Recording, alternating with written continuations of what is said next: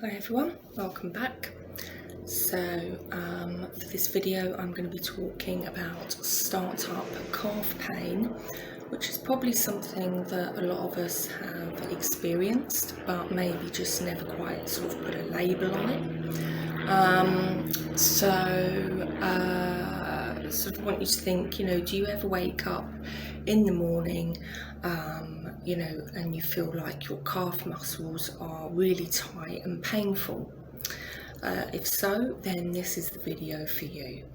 So basically, for those of us who maybe are less active, particularly having just had a lockdown, tightening of the calf muscles and also the Achilles tendon, which obviously joins on to the calf muscles, it can now be quite a frequent occurrence, particularly when we get up in the morning and we take those first few steps out of bed.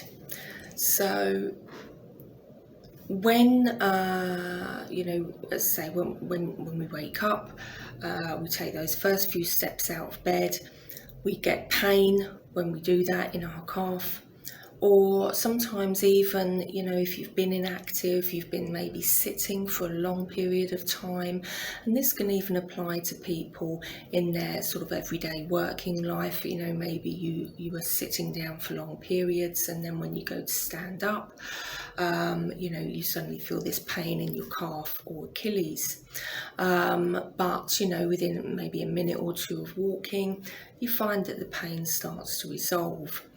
Now, if you're getting that, this is what's known as start-up pain, and it's basically caused by contracture or tension in the gastrocnemius muscle, which is that main superficial muscle of the calf.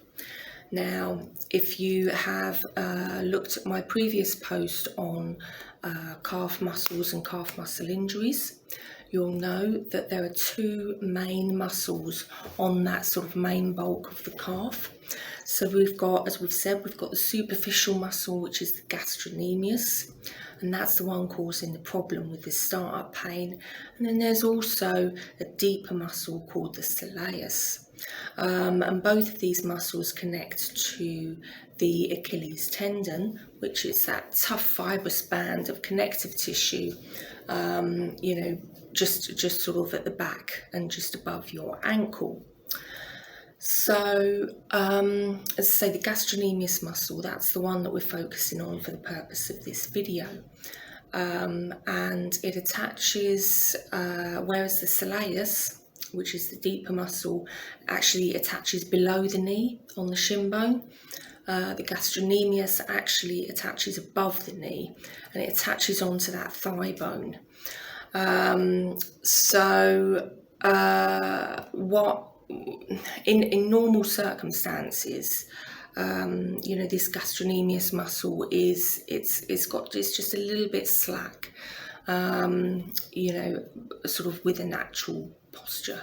But when the knee is bent for a long period of time, so when you're sitting, maybe you're laying in bed with your legs bent,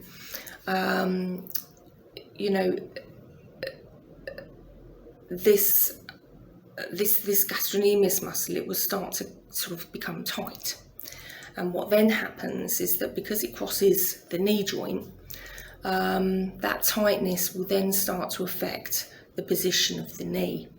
And when the position of the knee is affected, as you'll know from probably some of my other posts, this can also then affect the ankle mobility. So as I say, if we're sitting for a long period of time, if we're lying in bed, with our legs bent up, tension will start to occur in that muscle, because if the muscle is basically just kept sort of in that sort of slack condition for an extended period, that muscle will start to tighten. And what then happens is that if you get tightness in the calf muscle, you're then going to start to get tension in that Achilles tendon. And when that happens, you really do feel it. and that can pull on the foot and, you know, cause plantar fasciitis and all sorts of other things. So this is why the gastrocnemius is often tight after long periods of sitting or when we wake up in the morning. And of course this then causes, as we've said, you know, problems with ankle mobility, you know, because that tightness is there. The ankle can't quite accommodate the body moving over the foot as you're taking steps. And consequently, you'll find that your heel is lifting off the ground sooner than it normally would in a normal walking pattern. And this consequently increases the, you know, the amount of stress going through that foot and the ankle.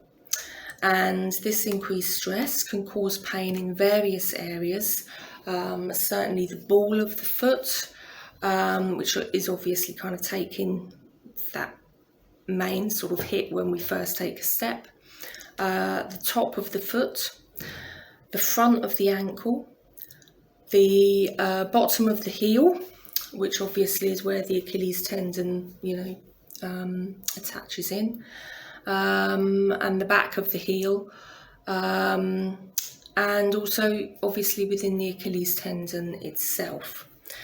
So if we sort of go back to thinking about the gastrocnemius muscle, it's actually the only anatomical structure that really changes, you know, when, you know, you're warming up or stretching that calf during walking. And so the amplification of these changes that naturally occur in the gastrocnemius muscle, the application of these changes due to reduced activity increases the need for us to be stretching the calf regularly, in order basically to prevent, you know, further foot and ankle problems, you know, from developing.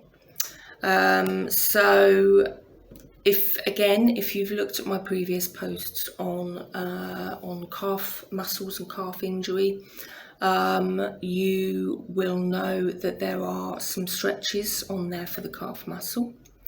So the best way of either preventing this from happening or treating it when it does happen, the best ways are stretching. So do take a look at that calf muscle post. Massage, you know, good sports massage or deep tissue to really try and relieve some of that tightness, not only in the calf muscle but also in the Achilles tendon as well.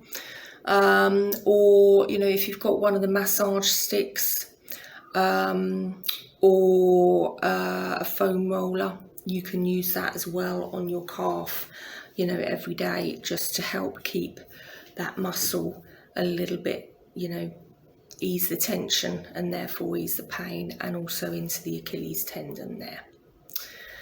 So it's a bit of a straightforward video, but yeah, something, as I say, that affects quite a lot of people, so it's good to know just what it is, what's causing it. You know, the likelihood is it probably isn't that you've overdone it at the gym. It's probably just a case of, you know, your natural anatomy, and sort of positioning, you know, when you're in bed. So, you know, if you are someone that maybe has a job where you're sitting for extended periods, do try to get up at least sort of every hour, and just have a little walk, you know, even if it's just walking out to the kitchen to get a glass of water or something,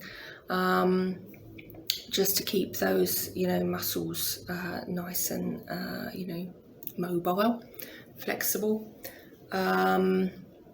And yeah, and just sort of try, and even if it's just sort of one stretch that you like the look of and you just do it sort of every morning or every evening, that will also help.